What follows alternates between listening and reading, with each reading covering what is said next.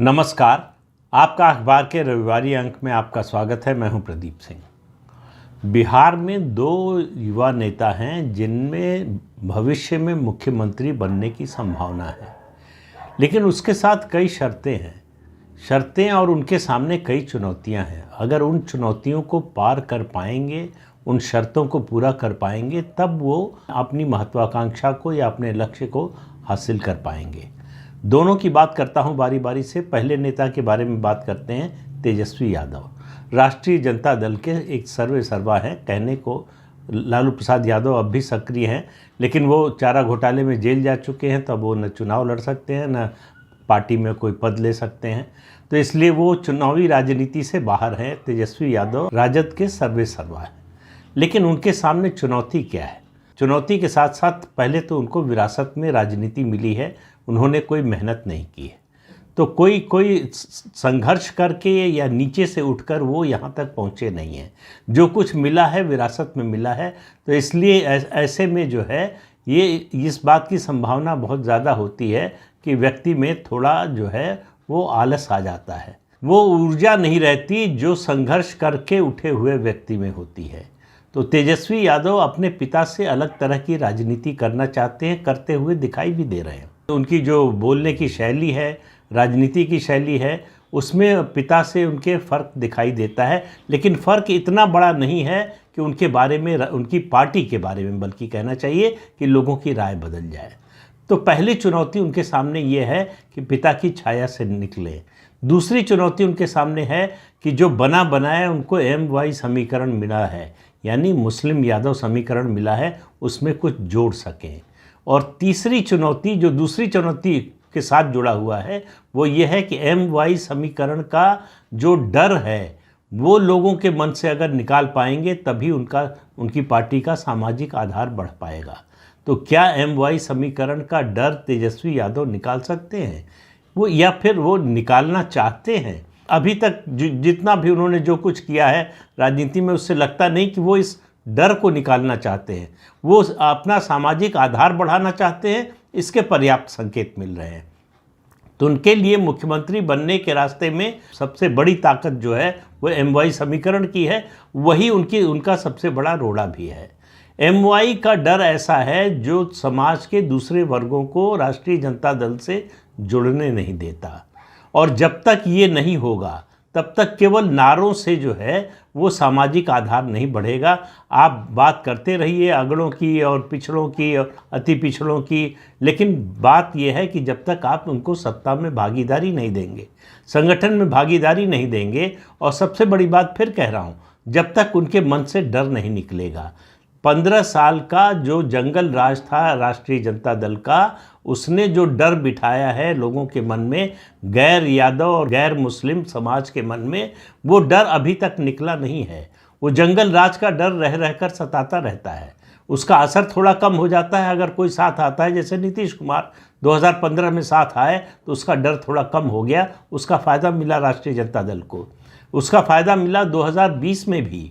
2020 में फ़ायदा मिला कि लोगों में एक उम्मीद जगी कि शायद तेजस्वी यादव राष्ट्रीय जनता दल की छवि बदलना चाहते हैं, उसका मूल स्वभाव बदलना चाहते हैं, लेकिन उसके मूल स्वभाव में कोई अंतर आया है ऐसा लोगों को दिखाई नहीं दे रहा है। तो तेजस्वी यादव के सामने चुनौती है अपने अंदर की। पहली, उनको पार्टी के अंदर कोई चुनौती नहीं है, लेकिन उनको चुनौती परिवार से है। चुनौती उनके पद को लेकर नहीं है, परिवार से भी, लेकिन सत्ता में हिस्सेदारी की चुनौती है। उनकी दोनों बहनें चुनाव मैदान में, लोकसभा चुनाव में उतरने जा रही हैं। मीसा भारती पहले से राज्यसभा में रही है, अब जो है रोहिणी आचार्य जो लोकसभा का चुनाव लड़ने जा रही हैं, और मीसा भारती भी, उनके भाई विधायक हैं, मंत्री भी थे उनके साथ। तो परिवार के अंदर से सत्ता के बंटवारे की चुनौती की तलवार तेजस्वी यादव पर हमेशा लटकती रहेगी, उससे वो छुटकारा पा नहीं सकते। अब सवाल ये है कि वो MY समीकरण का जो सामाजिक आधार है उसको बढ़ाएं कैसे। उसको बढ़ाने का एक ही तरीका है कि वो MY समीकरण यानी मुस्लिम यादव का जो डर समाज के बाकी हिस्सों में है वो निकाल सकें। उसके लिए उनको व्यवहारिक रूप से कुछ करके दिखाना पड़ेगा। केवल नारा देने से बदलाव नहीं आने वाला।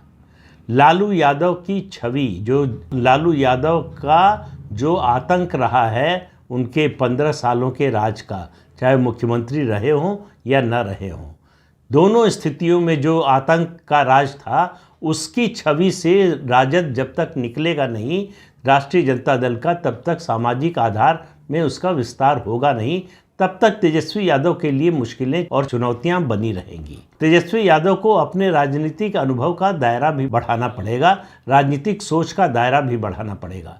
ये जो छोटी छोटी टिप्पणियां, चुटकी लेना और मजाक उड़ाना, व्यंग करना अपने विरोधियों पर, ये कुछ समय के लिए तो ठीक लगता है, तात्कालिक रूप से कार्यकर्ता खुश हो जाता है, ताली बजाता है, लेकिन नीचे ज़मीन पर इसका असर नहीं होता है।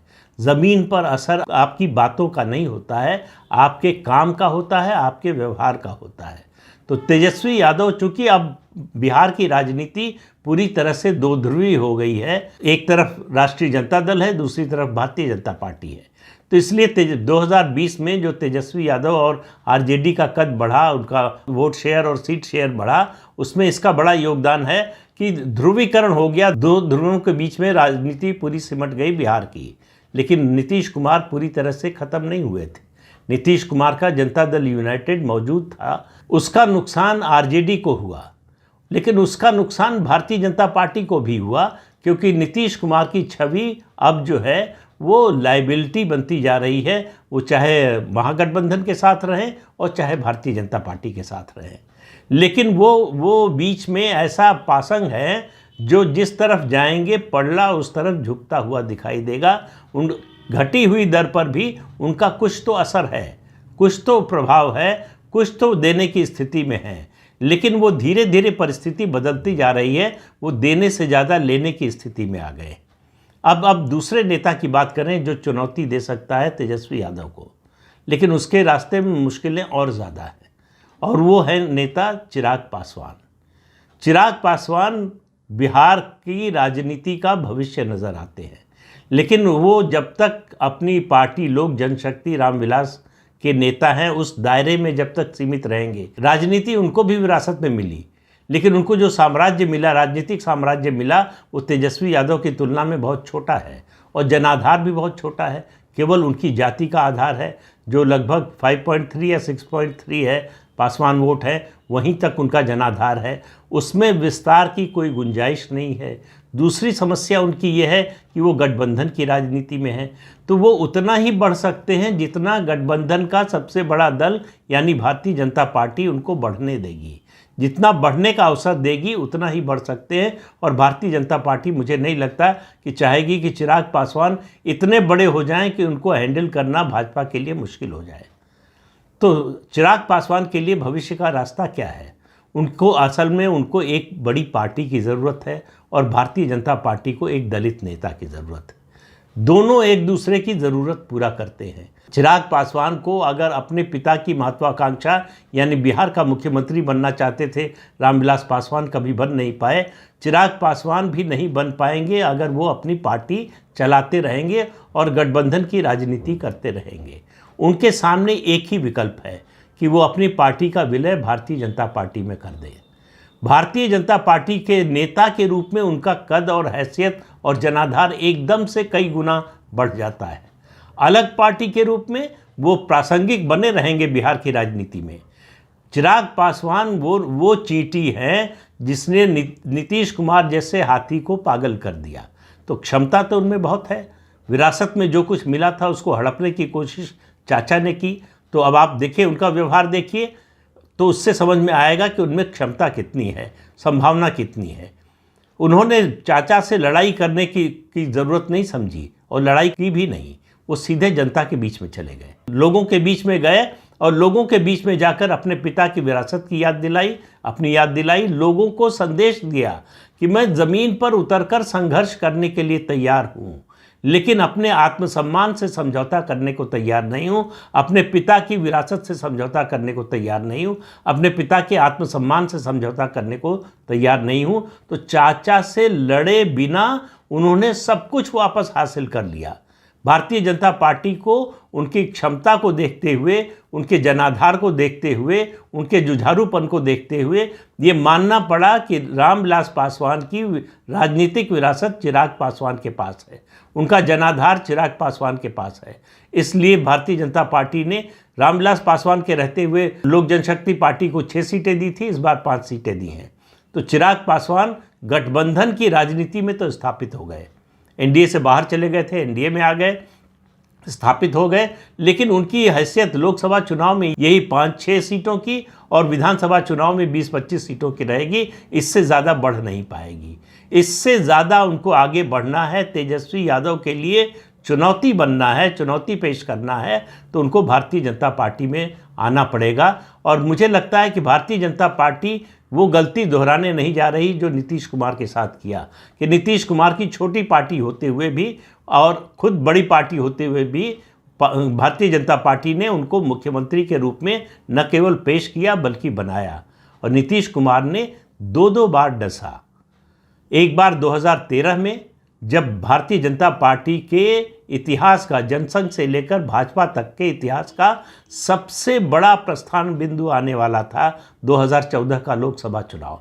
पहली बार केंद्र में संभावना बन रही थी कि भारतीय जनता पार्टी अपने दम पर सत्ता में आ सकती, आ भी गई, लेकिन उसको रोकने की नीतीश कुमार ने पूरी कोशिश की, उसको सैबोटेज करने की पूरी कोशिश की, और वो उसमें सफल नहीं हो पाए, ये अलग बात है। दूसरी बार 2021 में उन्होंने ये फिर से डसा, और बीच बीच में फुफकारते तो वो रहे हैं, लेकिन भारतीय जनता पार्टी ने फिर उनसे समझौता कर लिया 2024 में। भारतीय जनता पार्टी को लगता है कि अब नीतीश कुमार नाम का जो जहरीला राजनीतिक जंतु है, उसके विष को निकाल दिया है जनता ने, भाजपा ने नहीं, जनता ने। तो अगर वो डसेगा भी तो उसका असर जो है वैसा नहीं होगा जो पिछली 2 बार हो चुका है।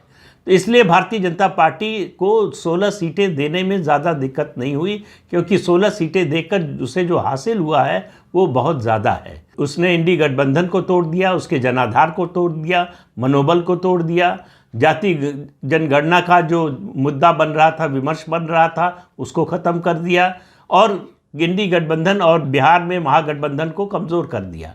तो ये बड़े लक्ष्य हासिल करने के लिए छोटा समझौता भारतीय जनता पार्टी ने किया। हालांकि मुझे लगता है कि अगर लोकसभा चुनाव में भारतीय जनता पार्टी को बिहार में कोई नुकसान है, कोई कमज़ोर कड़ी है, तो वो जेडीयू है। लेकिन बात हम लोग कर रहे हैं चिराग पासवान की। भारतीय जनता पार्टी के पास कोई भी राष्ट्रीय स्तर का दलित नेता नहीं है। चिराग पासवान में वो संभावना है अगर वो भारतीय जनता पार्टी में आते हैं तो। और भारतीय जनता पार्टी को ये अवसर मिलेगा कि देश में वो पहली बार एक राज्य में दलित मुख्यमंत्री अपना बना सके, ये भी संभावना है। तो अगर चिराग पासवान और भाजपा मिलते हैं तो दोनों के लिए विन विन सिचुएशन है, दोनों का फायदा है। चिराग पासवान का राजनीतिक भविष्य भाजपा के साथ है, और भाजपा के लिए अपने सामाजिक जनाधार का और विस्तार करने के लिए, जितना कर चुकी है उससे ज़्यादा करने के लिए, अगले कदम के तौर पर चिराग पासवान जैसे नेताओं को साथ लेना ज़रूरी है। खासतौर से बिहार में चिराग पासवान के आने के बाद प्रदेश की पूरी राजनीति बदल जाएगी। आज जो तेजस्वी यादव बड़ी चुनौती लगते हैं भाजपा के सामने, वो चुनौती एकदम से छोटी हो जाएगी अगर चिराग पासवान की पार्टी का भाजपा में विलय हो जाता है। 5-6-7% के करीब वोट लेकर चिराग पासवान आते हैं। ये 7% तक मैं इसलिए कह रहा हूँ कि युवाओं में उनका बहुत आकर्षण है। युवा जो किसी भी जाति के हों, वो दलित समाज के बाहर के भी युवा, वो उनसे आकर्षित हैं। उनके जुझारूपन से, उनका लड़ने का जो मादा है उससे लोग प्रभावित हैं, और जनता ऐसे नेताओं को पसंद करती है जो अपना हक मांगते नहीं, छीन कर ले लेते हैं। चिराग पासवान ऐसे ही नेता हैं। तो क्या भारतीय जनता पार्टी अपनी नीतीश कुमार वाली गलती को दोहराए बिना चिराग पासवान को साथ लेने का कदम उठाएगी, फैसला करेगी? अब ये जो है ताली तो दोनों हाथ से बजती है। अगर चिराग पासवान चाहेंगे, अगर उनको बिहार का मुख्यमंत्री बनना है, अगर ये उनकी महत्वाकांक्षा है, तो वो महत्वाकांक्षा भाजपा के साथ आए बिना पूरी नहीं हो सकती। अगर वो ये सोचते हों कि अलग पार्टी बनाकर रखेंगे और नीतीश कुमार की तरह एक दिन मुख्यमंत्री बनने का अवसर मिल जाएगा, तो वो समय निकल चुका है। वो नीतीश कुमार को मुख्यमंत्री बनाना वो राजनीतिक काठ की हांडी थी जो बार बार नहीं चढ़ सकती। तो नीतीश कुमार धीरे धीरे इस चुनाव के बाद जो है उनका राजनीतिक क्षरण और तेजी से होगा। तो आरजेडी और भाजपा दोनों आमने सामने होंगी और दोनों के साथ जितनी शक्तियां जुड़ेंगी, और समय यही सबसे अच्छा है भाजपा के लिए अपना सामाजिक आधार बढ़ाने का चिराग पासवान को लेकर, क्योंकि तेजस्वी यादव और आरजेडी का सामाजिक आधार बढ़ता हुआ नज़र नहीं आ रहा है। जातीय जनगणना का समर्थन करने, बेरोजगारी की समस्या हल करने और रोजगार देने का दावा करने के बावजूद वो ट्रैक्शन तेजस्वी यादव को नहीं मिल रहा है जो 2020 के विधानसभा चुनाव में दिखाई दिया था। तेजस्वी यादव के राजनीतिक विकास में एक ठहराव आ गया है। तो तेजस्वी यादव एक ठहरे हुए नेता हैं, एक ठहरी हुई राजनीतिक ताकत हैं, और चिराग पासवान एक बढ़ती हुई राजनीतिक ताकत है। और इस बढ़ती हुई राजनीतिक ताकत का हाथ अगर भाजपा थाम लेती है, या उल्टा कहें ये बढ़ती हुई राजनीतिक ताकत अगर भाजपा का हाथ थाम लेती है, तो दोनों की ताकत कई गुना बढ़ जाएगी। 1 और 1 2 नहीं होंगे, इस मामले में 1 और 1 11 होंगे। लेकिन होगा कि नहीं होगा, वैसे तो कहते हैं कि राजनीति संभावनाओं का खेल है, लेकिन संभावनाओं की भी एक सीमा होती है, और संभावनाएं तभी बनती हैं जब इच्छा दोनों तरफ से हो। क्या दोनों तरफ से ऐसी इच्छा है? क्या ऐसा समय आ गया है? इन सब मुद्दों पर बातचीत मुझे नहीं लगता कि लोकसभा चुनाव के दौरान होने वाली है। जो भी होना है 2025 के विधानसभा चुनाव से पहले होगा। अगर चिराग पासवान में राजनीतिक समझदारी और दूरदर्शिता होगी तो वो इस संभावना पर विचार करेंगे कि वो भारतीय जनता पार्टी के साथ अपनी पार्टी का विलय कर दें, और भारतीय जनता पार्टी को अगर एक दलित नेता की तलाश पूरी करनी है तो उसके लिए इस समय उसके पास चिराग पासवान से बेहतर कोई विकल्प है नहीं। क्या दोनों मिलेंगे? ये भविष्य बताएगा। तो आज के अंक में इतना ही, अगले अंक में फिर मिलेंगे किसी नए मुद्दे के साथ। तब तक के लिए अनुमति दीजिए। आपसे अनुरोध है कि ये चैनल देखिए, शेयर कीजिए, लाइक कीजिए और सब्सक्राइब ज़रूर कीजिए। नमस्कार।